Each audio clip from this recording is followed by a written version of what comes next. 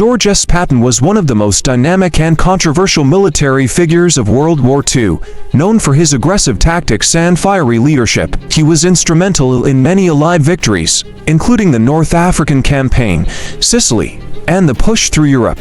Patton's belief in fast, decisive action made him a feared opponent and a beloved, yet sometimes controversial, commander among his troops. His larger-than-life personality left a lasting legacy that still influences military strategy today.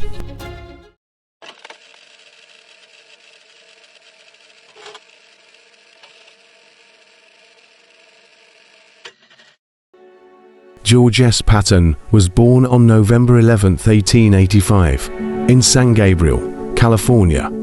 From a young age, he displayed a passion for military history, heavily influenced by stories of his ancestors who fought in the Civil War.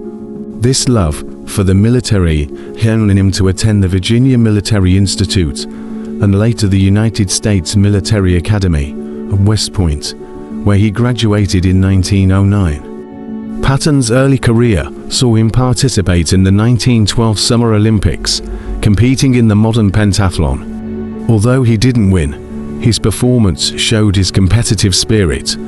He later went on to serve as an aide to General John J. Pershing during the Mexican expedition, where he first made his name an effective cavalry leader. Patton's early exposure to combat and leadership in Mexico solidified his reputation as a capable officer.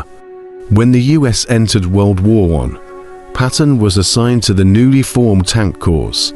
His experience with tanks during the war marked the beginning of his lifelong interest in armored warfare. During World War I, Patton led US tanks in several key engagements, including the St. Mihiel and Meuse-Argonne offensives. His leadership in these battles earned him respect and recognition. Although wounded in action, Patton's bravery under fire laid the groundwork for his future success.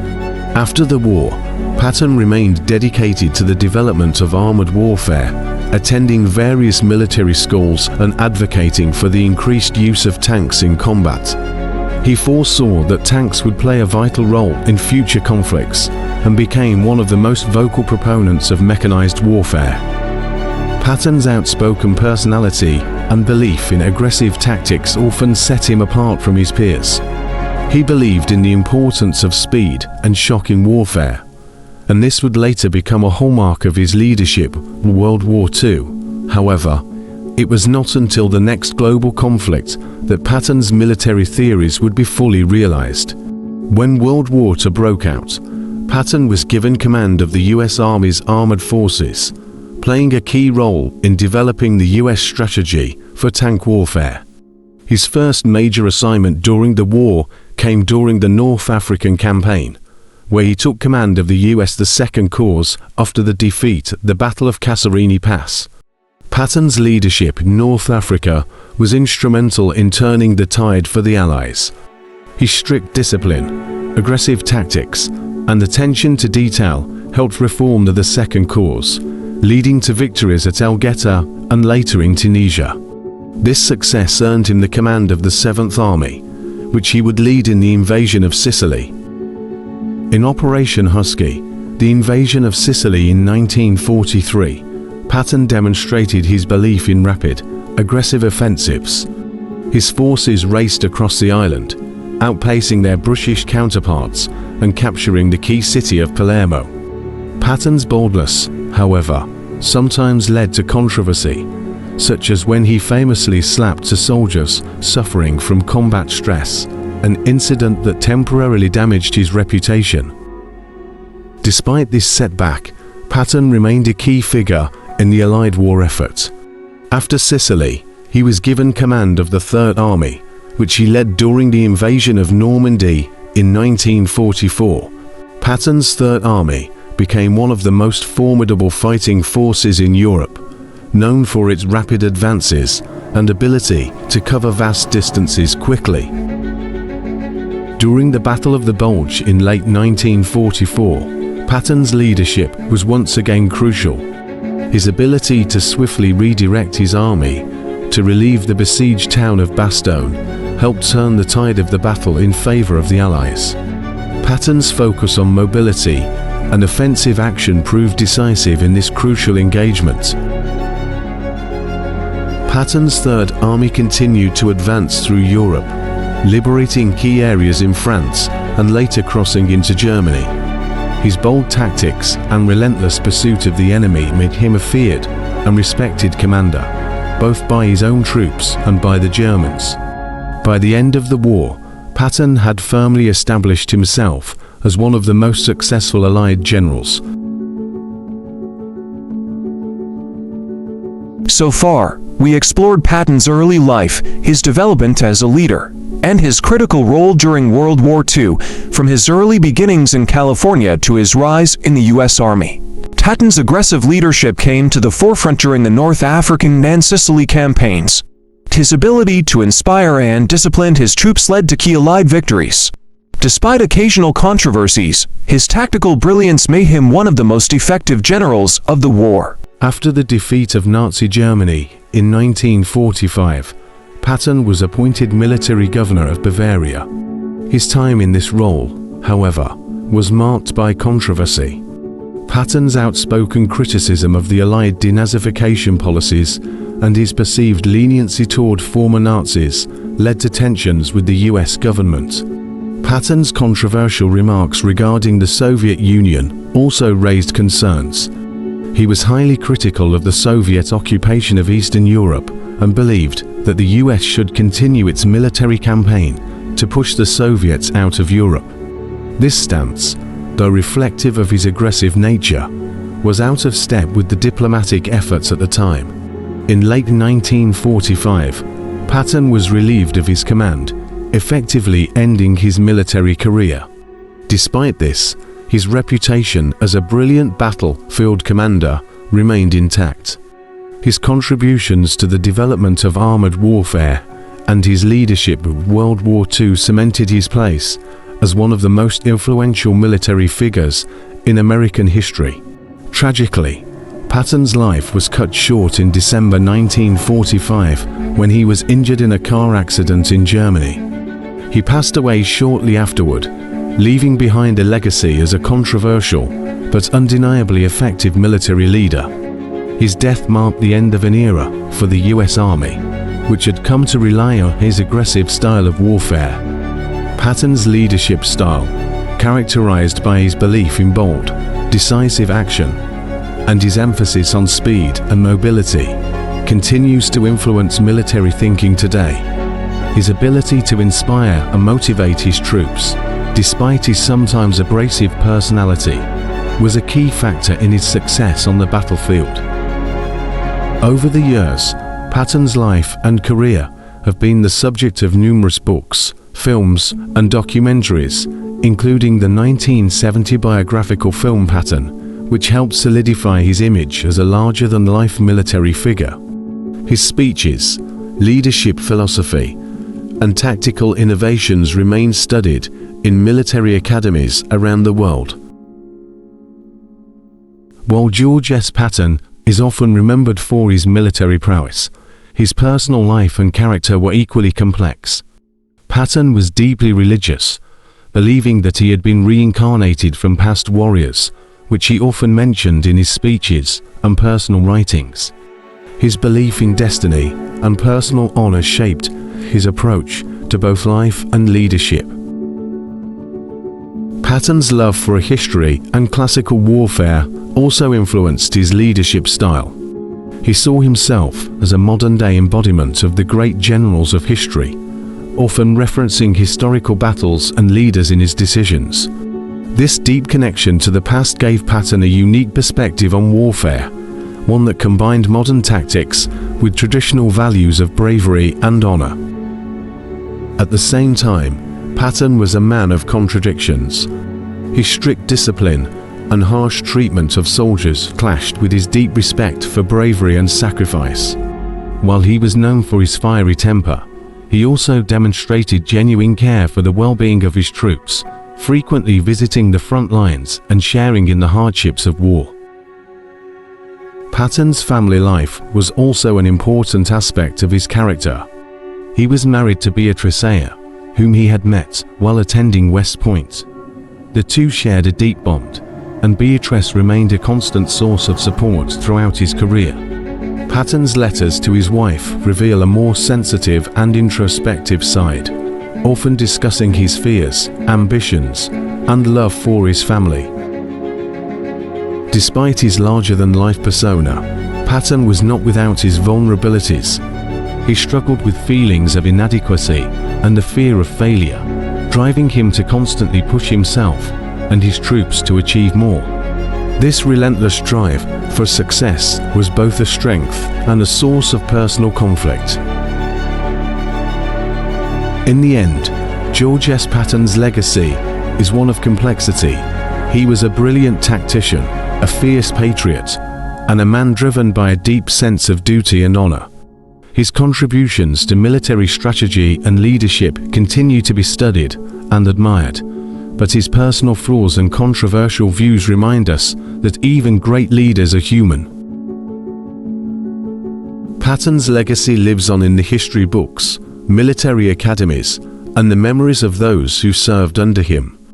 He remains a symbol of American military might, known for his unyielding will, aggressive tactics, and the belief that America loves a winner and will not tolerate a loser. Ready for a wild ride? Today's deep dive takes us into the life of General George S. Patton, a man who seems, well, ripped straight from the pages of a history book, but with a twist. A twist. You know him as Old Blood and Guts, the tank-loving general who stormed through World War II, but we're going beyond the battlefield bravado. Okay, I'm intrigued. What did you find? We're digging into this Wikipedia excerpt you shared, and frankly, I'm a little surprised. This belief in past lives, it wasn't just some philosophical musing for Patton, was it? Not at all. What's fascinating about Patton is that even his most, how should I say this? Even his most outlandish traits, like his firm belief in reincarnation, they tie back into his military thinking. It wasn't just a quirk, It was woven into the fabric of his being. So you're saying that believing he'd lived before, fought in ancient battles, that it actually influenced his command decisions? Imagine believing you'd already crossed swords on ancient battlefields, led charges in bygone eras. It fed into this sense of destiny, this almost preordained path to military greatness. Okay, so that explains the blood and guts part, I guess. But what about the brains? This was a man descended from 16 barons who signed the Magna Carta, for crying out loud. You'd think he was born with a silver spoon in one hand and a battle plan in the other. You'd think so, wouldn't you? And yet, this lineage-obsessed, seemingly destined military leader actually struggled in school, especially with reading and writing. Talk about a plot twist. Seriously, it's not the kind of thing you expect from a guy who ended up devouring military history like it was going out of style. What changed? It speaks to his sheer determination. Patton was rejected by West Point initially, even had to repeat his first year.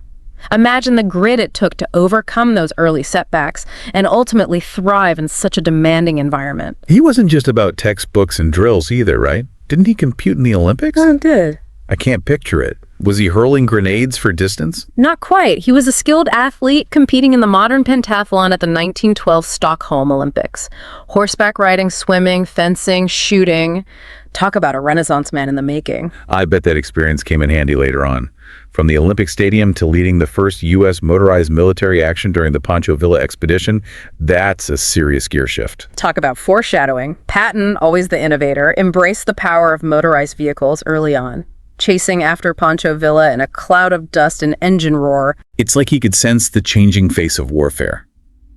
But before we get to the tanks, I have to ask the Patton saber, a sword designed by the guy known for tanks. It seems so out of character. It's a detail that often gets overlooked, but it speaks volumes about Patton's approach. He meticulously studied fencing in France, even designing his own saber based on a thrusting style he believed was more effective.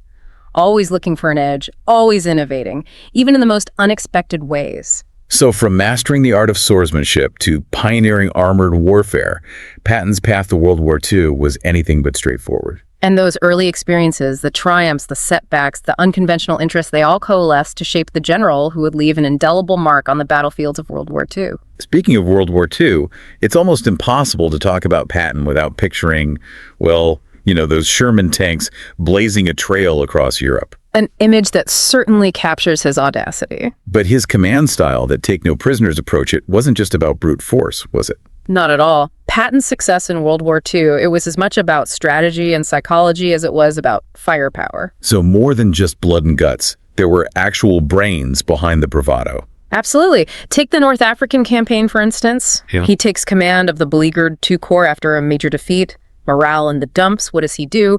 He whips them back into shape, instills this iron discipline, but also understands the power of motivation. He wasn't exactly known for his bedside manner, though. I'm picturing those legendary Patton speeches.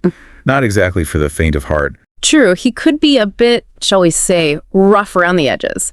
But there was a method to his intensity. He knew how to connect with those soldiers, to instill a sense of pride, a sense of purpose. Under his command, the other corps went from, well, defeated, to a fighting force that played a pivotal role in pushing back Rommel's Africa Corps. And then came Sicily, another feather in his cap. But also where those infamous slapping incidents come into play. We can't gloss over that, can we? We can't, and we shouldn't.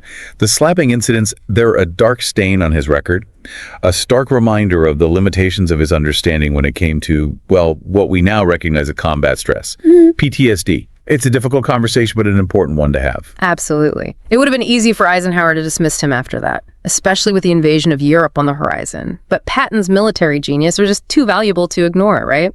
Precisely. Even amidst the controversy, Patton's strategic mind was already at work. While sidelined, he was given command of the Third Army and tasked with preparing them for the eventual invasion of France. And this is where it gets really interesting, right? This is where it gets very interesting. Because this is also when he plays a key role in Operation Fortitude. Yes. The Phantom Army. A stroke of military deception so audacious, it's almost hard to believe it worked. It was a gamble that paid off brilliantly. The Germans, they were so convinced that Patton would lead the main invasion force at Calais. They poured resources into defending that area, weakening their defenses at Normandy. And Patton, the master showman, he played his part to perfection. Oh, absolutely. So while the Allies were storming the beaches of Normandy, Patton was. Where exactly? Officially, he maintained a low profile, letting those rumors about his Phantom Army swirl. But behind the scenes, he was training the Third Army relentlessly, preparing them for their moment in the spotlight. And when that moment came, Patton and his Third Army did not disappoint. The breakout from the hedgerows of Normandy, the lightning advance across France, they really were a force of nature. This is where Patton's understanding of armored warfare, his grasp of speed and maneuverability, it truly came to the fore. He pushed his troops and his equipment to the limit, outrunning their supply lines at times, but always keeping the enemy off balance. Which leads us to the Battle of the Bulge. Talk about a high-stakes situation. The German counteroffensive, the 101st Airborne surrounded at Bastogne. Supplies dwindling, winter closing in. This was Patton's finest hour, wouldn't you say? It was a defining moment for Patton. The speed and decisiveness with which he maneuvered his forces to relieve Bastogne was nothing short of remarkable. Repositioning an entire army in the middle of winter, that's insane. Imagine repositioning 6 divisions in the middle of winter to counterattack and relieve a besieged city. It's a testament to his logistical brilliance, his leadership, and frankly, his sheer willpower. It wasn't just logistics and strategy, though, was it? Didn't he famously order his chaplain to compose a prayer for good weather? He did. The Patton Prayer, as it's known, became the stuff of legend. Whether you attribute the subsequent break in the weather to divine intervention or just plain luck, there's no denying the impact it had on the battle. Patton's air power was unleashed, the Third Army broke through, and Bastogne was relieved. It's a shame that such a brilliant military mind was, well, overshadowed by his own personal views, his actions in the aftermath of the war. It's a side of Patton that's hard to reconcile with the hero of the Bulge, isn't it?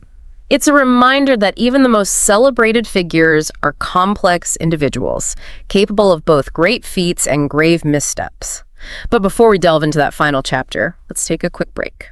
We're back, and, well, it's a bit of a shift in tone as we navigate this final chapter of Patton's life. It is, isn't it? It's a chapter where his battlefield brilliance kind of takes a backseat to his personal views, his political missteps. It's a period marked by a sense of disillusionment for Patton, wouldn't you say? I think so. Here's a man who thrived on action, the camaraderie of the battlefield.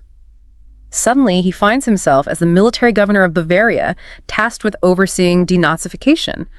A process that, well, clashed with his own complex and, frankly, flawed views. Yeah, the Wikipedia excerpt touches on this. And it's one thing to read about Patton expressing, sympathy for some former Nazis. Yeah. But to resist housing Jewish refugees, that's a tough pill to swallow. It is. Even considering the different contexts of the time. It's crucial to remember that denazification, it wasn't a simple process. Imagine trying to root out a deeply embedded ideology from an entire society, separating the truly committed from those who went along out of necessity or fear. Patton, in his own way, seemed to grapple with this, but his methods, his often insensitive remarks, they revealed a certain blindness to the true horrors of the Nazi regime. His comments about what he called the Jewish problem, they weren't exactly nuanced, were they? No, not at all. This from the man who helped liberate Europe from Nazi tyranny. It's a real head-scratcher. It's a stark reminder that even those who fight against oppression can still harbor prejudices, biases. Patton's downfall, it wasn't on the battlefield, it was in the arena of ideas, words. He seemed incapable of grasping the complexities of the post-war world, a world that demanded a different kind of leadership, one that prioritized diplomacy, reconciliation. And that ultimately led to Eisenhower relieving him of command. Yeah. Not for battlefield mistakes, but for his words, his political blunders. The sad end. A sad end for a military giant. Reassigned to the 15th Army, a largely administrative role. This is a man who craved the adrenaline of the front lines, the challenge of leading men into battle. To be relegated to a desk job, compiling reports, it must have been torture for him. It must have been. And then, well, in a tragic twist of irony, the car accident? A man who had stared down panzer divisions, who had navigated the chaos of some of history's most brutal battles, fatally injured in a low-speed collision. It's hard to fathom. Life can be stranger than fiction sometimes, can it? It makes you wonder, doesn't it, how differently might history have judged Patton if the car accident had never happened? It does. Would he have faded into obscurity? Or continued to court controversy with his outspoken views? It's a question without an answer, of course, but it underscores the complexities of legacy, of how we grapple with the contradictions inherent in even the most celebrated figures. Patton, for all his brilliance, for his undeniable impact on military history, he remains a deeply flawed and ultimately tragic figure. A reminder that behind the medals and the battle plans, behind the larger-than-life persona, are human beings. Yeah. Capable of both great and terrible things. Indeed. And as we conclude this deep dive into the life of George S. Patton, perhaps the most important takeaway is this.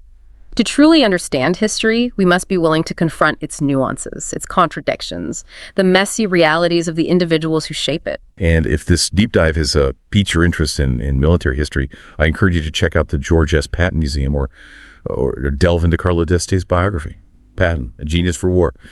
Until next time, keep questioning, keep exploring, and keep diving deep into the stories that have shaped our world. As we conclude, Patton's legacy as both a military genius and a complex individual is clear. His aggressive tactics, leadership during the Battle of the Bulge, and relentless pursuit of victory made him a key figure in the Allied success. Despite controversies and his untimely death in 1945, Patton's influence endures in military doctrine and leadership studies. His belief in boldness and his fearless approach to warfare secured his place as one of the most memorable generals in American history.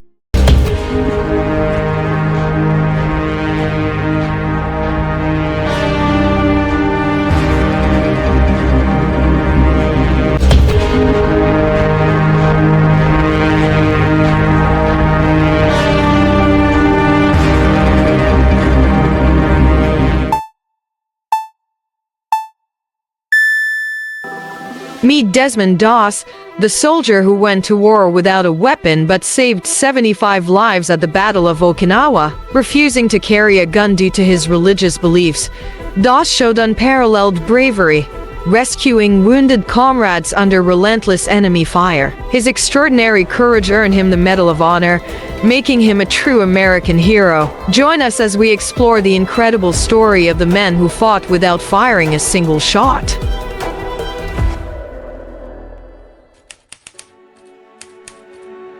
Desmond Doss was born on February 7, 1919, in Lynchburg, Virginia. Raised in a devout Seventh-day Adventist family, Doss was instilled with strong religious values, particularly the belief in the sanctity of life and the importance of the Sabbath.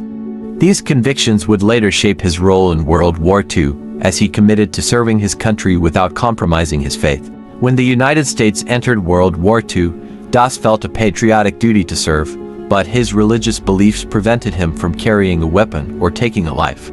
Despite this, he enlisted as a conscientious objector, choosing to serve as a medic in the U.S. Army. His decision was met with skepticism and ridicule from his fellow soldiers, who doubted his ability to contribute effectively without a weapon. Doss was assigned to the 77th Infantry Division and underwent basic training, where he faced significant challenges. His refusal to handle a rifle made him a target of harassment and abuse from his peers and superiors. They saw him as a liability, questioning how someone unwilling to fight could be of any help on the battlefield.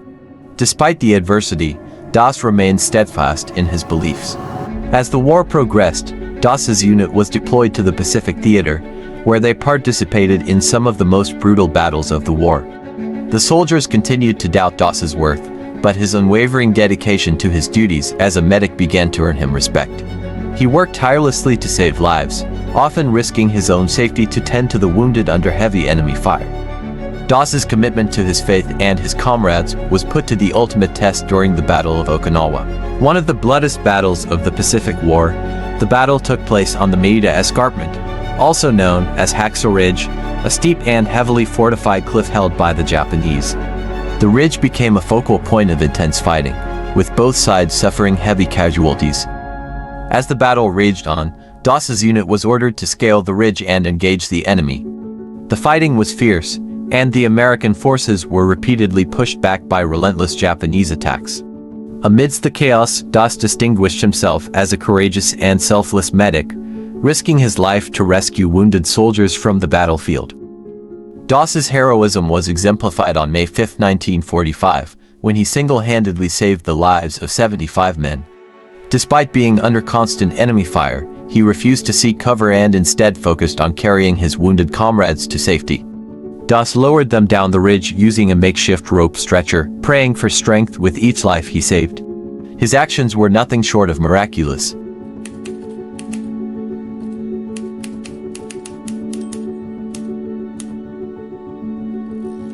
The events of May 5, 1945, at Hacksaw Ridge became the defining moment of Desmond Doss's life and military service.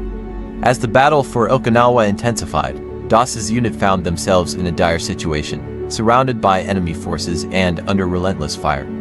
The Japanese defenders were determined to hold the ridge at all costs, and the American forces were suffering heavy casualties. Amidst the chaos, Doss remained calm and focused on his mission, saving as many lives as possible.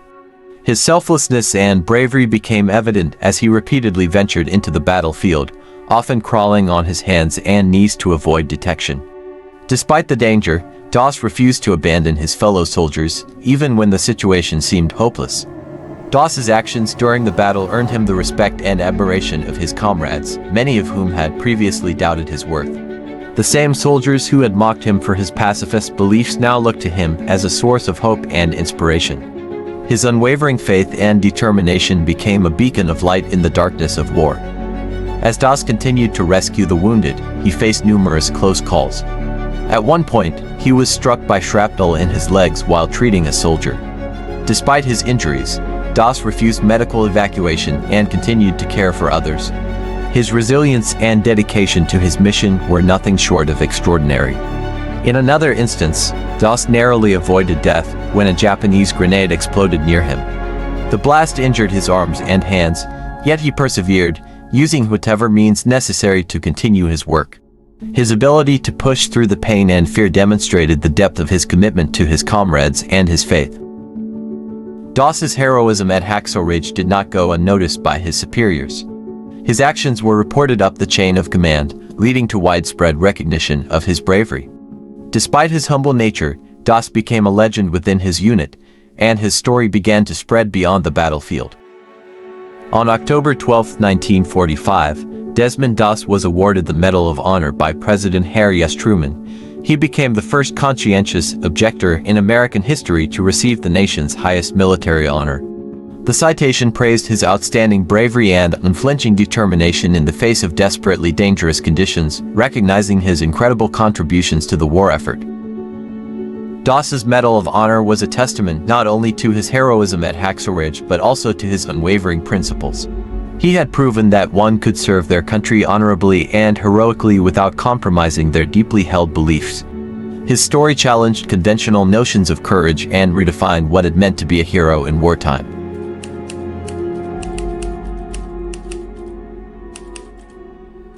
After the war, Desmond Doss returned to the United States as a national hero. Despite the acclaim, he remained a humble and devout man, focused on living a life of service and faith. Doss's experiences in the war had left him with both physical and emotional scars, but his faith remained unshaken, guiding him through the challenges of post-war life. Doss struggled with the effects of his injuries, which had left him partially disabled. He also faced the lingering trauma of the war, as the memories of the battlefield continued to haunt him. Despite these difficulties, Doss never wavered in his commitment to his beliefs and his mission to help others. In the years following the war, Doss became a prominent figure in the Seventh-day Adventist Church, sharing his story of faith and courage with congregations across the country. He became an inspiration to many, particularly those who faced similar struggles with balancing their faith and their duty to their country. Doss's story was eventually immortalized in the 2004 documentary The Conscientious Objector, which brought his incredible journey to a wider audience. The film highlighted not only his heroism but also the challenges he faced as a man of faith in a time of war. Doss's story resonated with viewers, reaffirming the power of faith and conviction in the face of adversity. In 2016, Doss's story was further popularized by the film Hacksaw Ridge, directed by Mel Gibson. The movie depicted the events of the Battle of Okinawa and Doss's extraordinary actions on Hacksaw Ridge. The film's success brought Doss's story to an international audience, solidifying his legacy as one of the most remarkable figures of World War II. Desmond Doss passed away on March 23, 2006, at the age of 87. His life was a testament to the power of faith, courage, and the belief that one person can make a difference. Doss's legacy continues to inspire those who hear his story, reminding us all that true heroism comes in many forms. Doss's example challenges us to consider the strength of our convictions and the lengths we are willing to go to uphold them. His story is a powerful reminder that even in the darkest of times, there is light to be found in the actions of those who refuse to compromise their principles.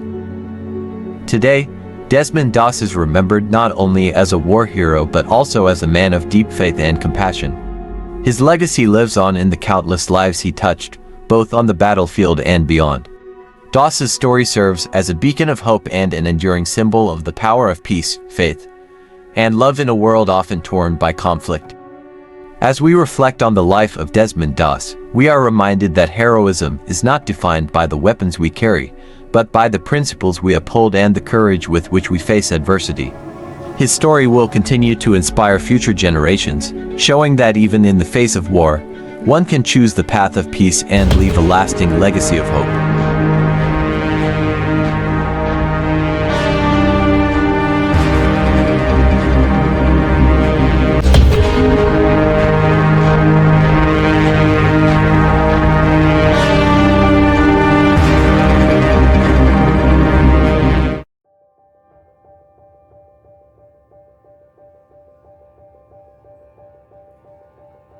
Imagine a man who soared beyond the limits of human imagination, whose courage lifted a nation during its darkest hour. A trailblazer, a scientist, and a war hero, Jimmy Doolittle was more than a pilot. He was a force of nature.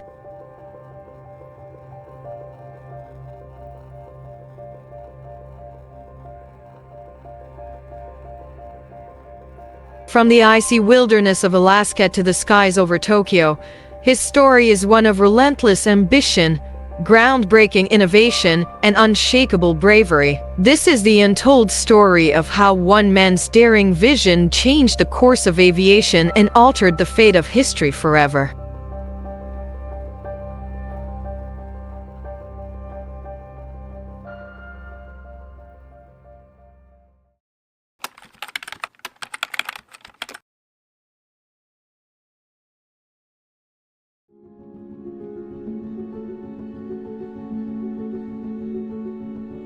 Jimmy Doolittle's story began in Alameda, California on December 14, 1896. Born to Frank and Rosa Doolittle, his early life was shaped by the pursuit of opportunity and the challenges of resilience. When Jimmy was a young boy, the family moved to Nome, Alaska, lured by the gold rush. It was here, amid the rugged wilderness, that his character was forged.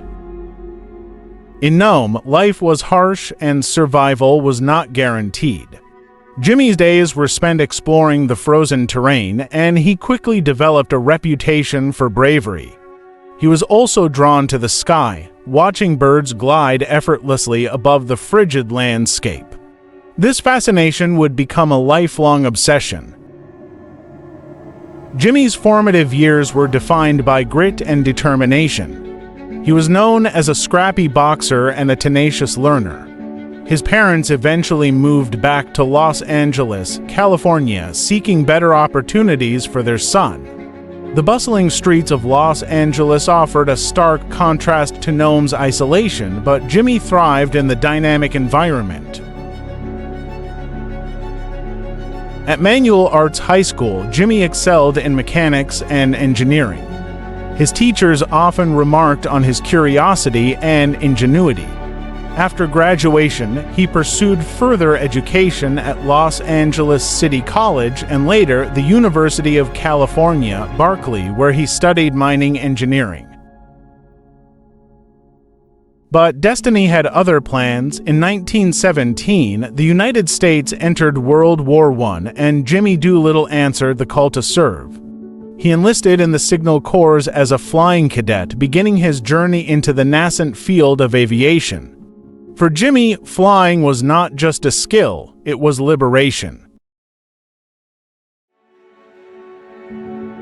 Flight training at Rockwell Field revealed Jimmy's natural aptitude for piloting. He quickly distinguished himself as one of the most talented cadets in his class. Though the war ended before he could see combat, his hunger for knowledge led him to push the boundaries of what was possible in the sky. After the war, Jimmy returned to academia. He earned a Bachelor of Arts degree from UC Berkeley in 1922 and pursued advanced studies in aeronautics. At the Massachusetts Institute of Technology (MIT), he became the first person in the United States to earn a doctorate in aeronautical engineering. His groundbreaking research on aircraft stability and control laid the foundation for modern aviation. Jimmy's academic achievements were matched by his daring exploits. In 1922, he completed the first coast-to-coast flight in under 24 hours, a feat that captivated the nation. Flying a de Havilland DH-4, he braved treacherous weather and technical challenges, proving that aviation could connect the vast American landscape. His career as a test pilot and engineer flourished. Jimmy set speed records, performed aerobatic stunts, and pioneered new technologies. He was the first to perform an outside loop, a maneuver once thought impossible, and he became a leading figure in the development of high-octane aviation fuels. By the 1930s, Jimmy Doolittle had established himself as one of the most influential figures in aviation. His contributions to flight safety, aerodynamics, and fuel technology revolutionized the industry.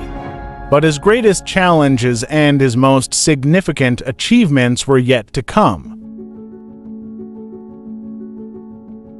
When World War II erupted, Jimmy Doolittle was already a household name in aviation. Yet it was his audacious leadership during the war that would forever define his legacy. Following the attack on Pearl Harbor in December 1941, the United States needed a bold response to boost morale and strike fear into the heart of the enemy. In early 1942, Doolittle was tasked with planning and leading a top-secret mission, the first air raid on the Japanese mainland. The operation, later known as the Doolittle Raid, was an unprecedented gamble. Using modified B-5 bombers, the plan involved launching from an aircraft carrier, a feat never attempted before. On April 18, 1942, 16 bombers took off from the USS Hornet, with Jimmy Doolittle piloting the lead aircraft. The mission was fraught with peril. The bombers launched earlier than planned, reducing their chances of reaching safe zones in China. Yet the crews pressed on, driven by their commander's unwavering resolve. The raid struck military and industrial targets in Tokyo and other cities, delivering a psychological blow to Japan. Though the physical damage was minimal, the raid shattered the myth of Japanese invincibility and proved that the enemy's homeland was vulnerable.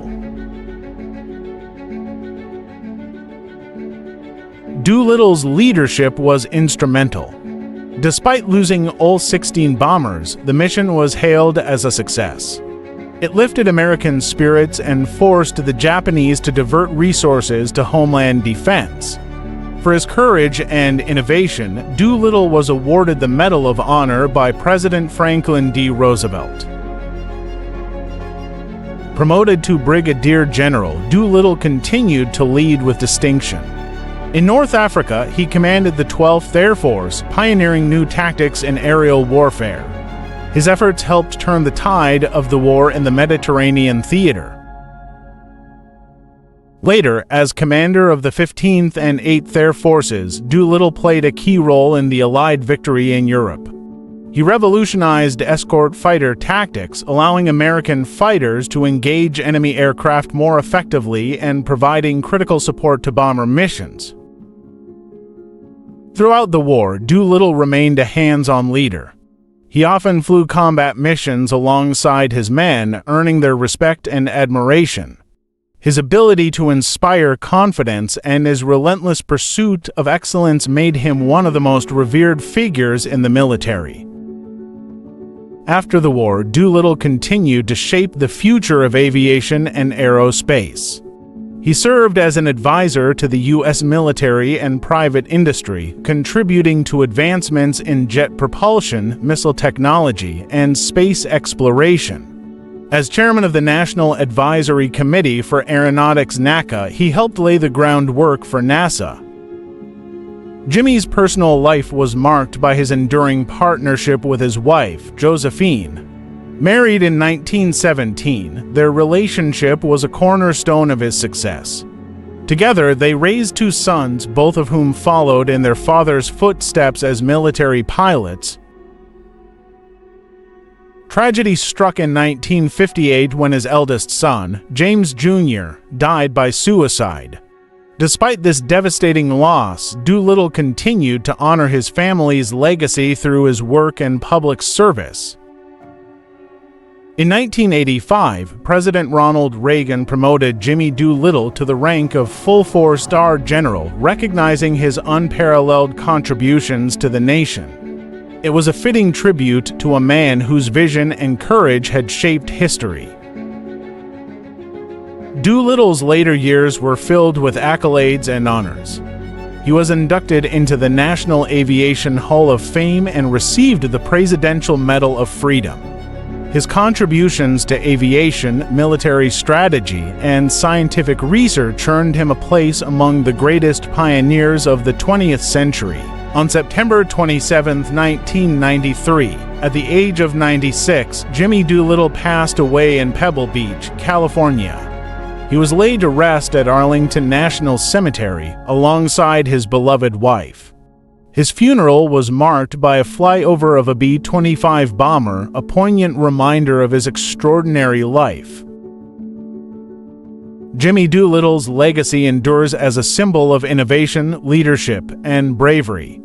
From his early days in Nome to the heights of military and scientific achievement, he embodied the spirit of exploration and the power of human determination.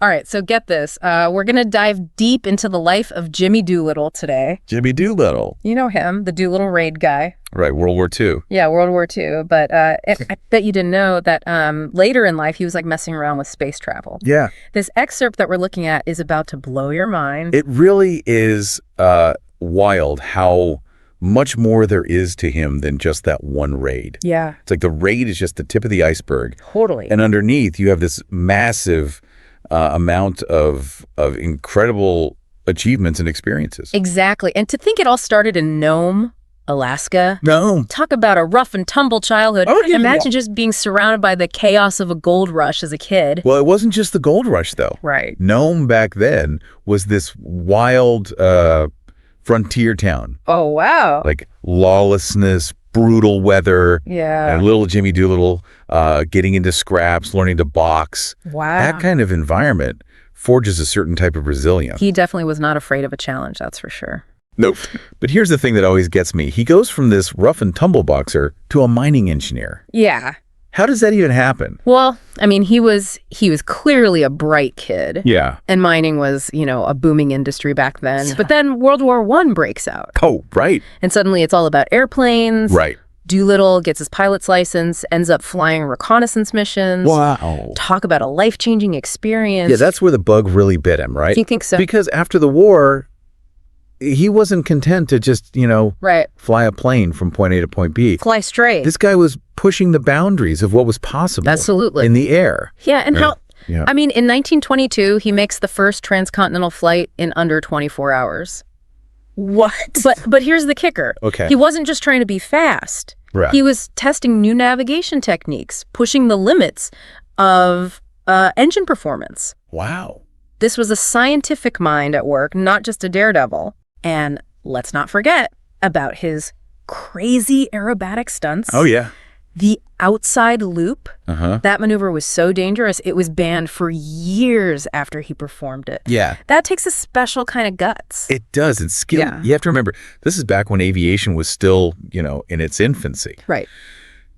Doolittle was not only a skilled pilot, Right. he was also pushing the boundaries of aircraft design and engineering.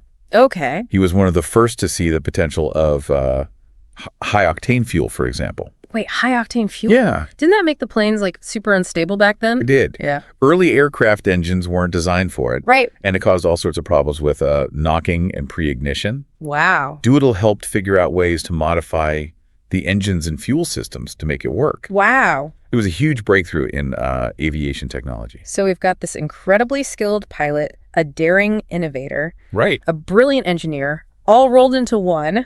Yeah. And then World War II rolls around Uh-huh. and enter the Doolittle raid. This is the event that made him a household name. Right. But even here, there's more to it than meets the eye. Okay. It wasn't just about bombing Tokyo. Right. It was about sending a message. Okay. Remember, this was right after Pearl Harbor. Yeah, The U.S. was reeling, and Japan seemed unstoppable. for sure. The raid was a psychological blow, Yeah. proving that Japan was vulnerable. Yeah. It galvanized the American public Yeah. and gave them a much-needed morale boost. And it was incredibly risky. It was. Launching B-25 bombers off an aircraft carrier. I mean, think about that. That had never been done before. Never been done before. Yeah. Doolittle himself piloted the lead plane. Of course. Think about the courage that took, knowing the odds were stacked against them. You know what I find really interesting, though? Look at that. The fact that he insisted on leading the raid personally. Yeah. It wasn't just a publicity stunt. It was about leadership. Yeah. He wanted to be there with his men, sharing the risks, demonstrating his confidence in the mission. That's a crucial insight into his character. Yeah. It wasn't just about personal glory. Right. It was about inspiring his men and showing them that he was willing to put his own life on the line alongside them. Wow. That kind of leadership is rare and incredibly powerful. It definitely makes you rethink the whole daredevil label, doesn't it? Yeah, it really does. It was more about, calculated risks. calculated risks taken for a greater purpose. Absolutely. And that purpose wasn't limited to the raid itself. Right. Doolittle's impact on World War II went far beyond that one event. Okay. His expertise and strategic vision were invaluable to the Allied war effort. And this is what we were talking about earlier. Yeah. The fact that most people only know about the raid. Right. They miss out on the rest of the story. The rest of the story. All the incredible things he accomplished after that. It's amazing. Yeah. He goes on to command air forces in North Africa and Europe, plays a key role in developing fighter tactics, and basically revolutionizes how air wars are fought. Really? He was a true visionary in the field of military aviation. And yet through it all, Yeah. he never lost that engineering mindset, that drive to innovate and push the boundaries of technology. Which brings us to his contributions after the war. Okay. This is where things get really interesting. Yeah. And this excerpt we have dives into that part of his life. Right. Buckle up. This is where Doolittle's story takes us beyond Earth's atmosphere. Wow. So we're talking about a guy who helps win a world war, becomes a national hero, and then dedicates himself to pushing the boundaries of space exploration. Yeah. That's Jimmy Doolittle for you. Never one to rest on his laurels. It's honestly mind-blowing when you think about it. After all that adrenaline and high-stakes action in the war, most people would want to settle down, maybe, I don't know, take up gardening or something. Right. But Doolittle, he sets his sights on the stars. It's like he had this insatiable curiosity, this need to keep exploring, keep pushing the limits of what's possible. Right. And space in the post-war era was the ultimate frontier. But it wasn't just about the thrill of the unknown for him, was it? No. It was about using his knowledge and expertise to help shape the future. Absolutely. Yeah. Doolittle becomes a key advisor to the military and the burgeoning aerospace industry. Right. This is the time when jet propulsion is really taking off, rockets are becoming more sophisticated, Yeah. and the dream of space travel is starting to look achievable. And Doolittle's right there in the thick of it. Oh, yeah. I mean, he was involved with NASA, the precursor to NASA. That's right. Talk about being at the forefront of history. He served on the NOSCA Special Committee on Space Technology. Wow. This committee was tasked with laying the groundwork for what would become the U.S. space program. Right. His experience with high-performance aircraft, Yeah. his understanding of aerodynamics and propulsion, it was all incredibly valuable in those early days of space exploration. I'm trying to picture it. Yeah. All these brilliant minds gathered together brainstorming about how to send humans into space. I know. It must have been an incredibly exciting time. It was a pivotal moment in history. Yeah. And Doolittle's contributions were significant. Okay. He advocated for the development of powerful rockets, Right. championed research into human factors and life support systems, Wow. and helped shape the strategic direction of the U.S. space effort. But here's something I've always wondered about. Mm-hmm. After all the tragedy he witnessed in the war, the loss of his son, Right. how did he find the energy and motivation to keep pushing forward, to focus on something as abstract and ambitious as space exploration? That's a great question, and honestly, it's hard to know for sure. Yeah. Maybe immersing himself in these challenging technical problems provided a sense of purpose, Yeah. a distraction from the personal pain. I could see that. Perhaps it was a way to honor his son's memory, knowing that James Jr. had also been a pilot. Or maybe it was simply a reflection of his indomitable spirit, his refusal to let adversity define him. Whatever the reason, it's a testament to his resilience. It is. He could have easily retreated from the world, but instead he chose to channel his energy into something positive, something that could benefit humanity. And let's not forget, Doolittle wasn't just about science and technology. Right.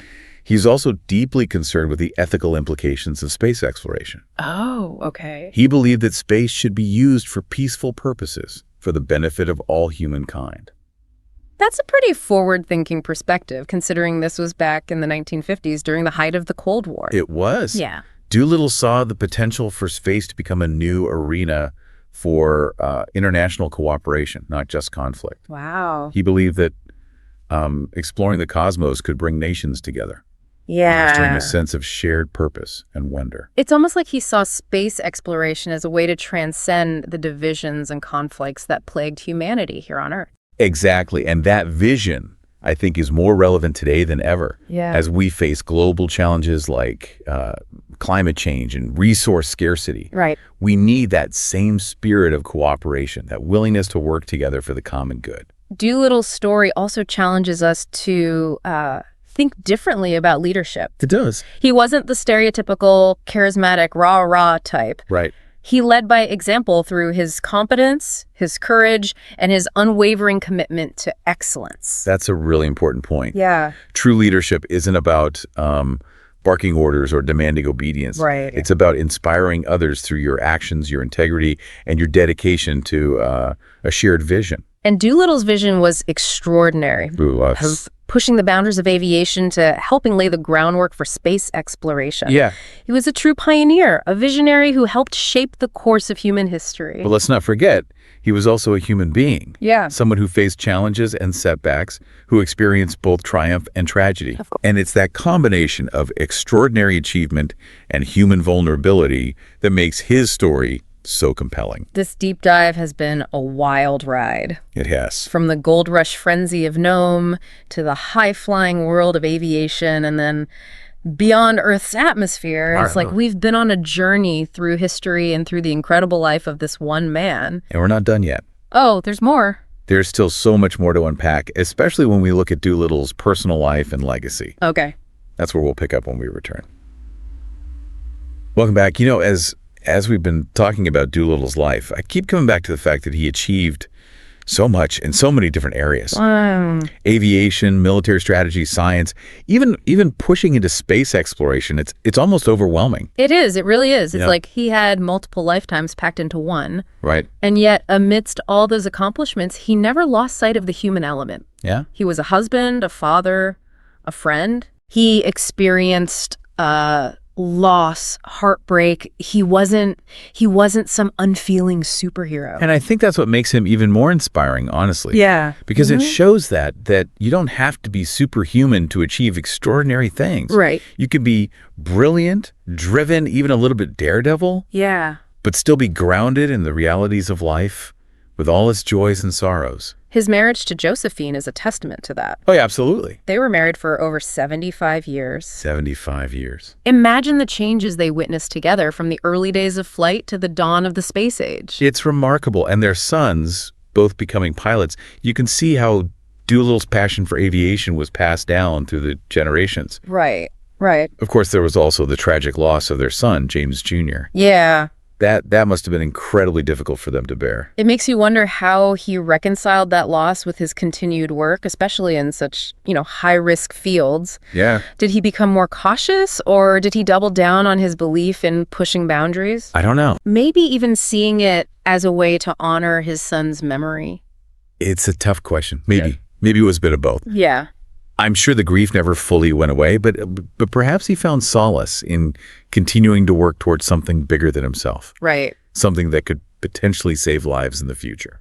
And there's no denying the impact he had. I mean, the list of honors and awards he received is staggering. Oh, it is. The Medal of Honor, promotion to 4-star general, the Presidential Medal of Freedom. It goes on and on. It speaks to the breadth of his contributions. Yeah. The fact that he was recognized not just for his military service, but for his scientific achievements, his leadership, his unwavering dedication to pushing humanity forward. But here's the thing I keep coming back to. Doolittle wasn't driven by accolades. No. He wasn't seeking fame or fortune. Right. He was driven by something deeper, something more fundamental. What do you think it was?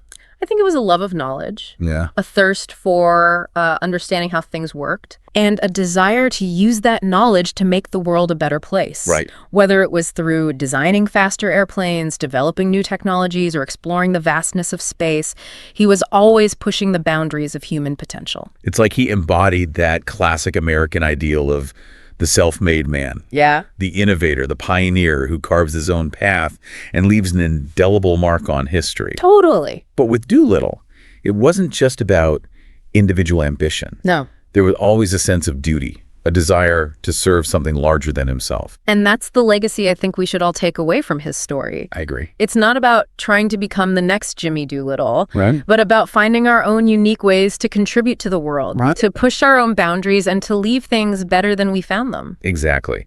So, as you go about your day, Yeah.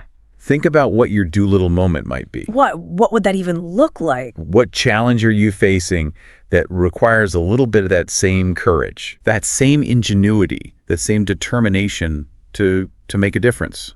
Maybe it's tackling a difficult project at work. Maybe it's standing up for something you believe in. Yeah. Maybe it's simply being a better friend or family member. Absolutely. Whatever it is, remember that you have the potential to achieve great things, just like Jimmy Doolittle. You do. You just have to take that first step and embrace the challenge. And who knows, maybe your actions will inspire someone else to do the same, creating a ripple effect that extends far beyond your immediate circle. That's the power of a life well lived. A life dedicated to pushing boundaries and inspiring others to reach for their full potential. That's the legacy of Jimmy Doolittle, a man who never stopped exploring, innovating, and reminding us that the sky is never the limit. Thanks for joining us on this deep dive. We'll catch you next time.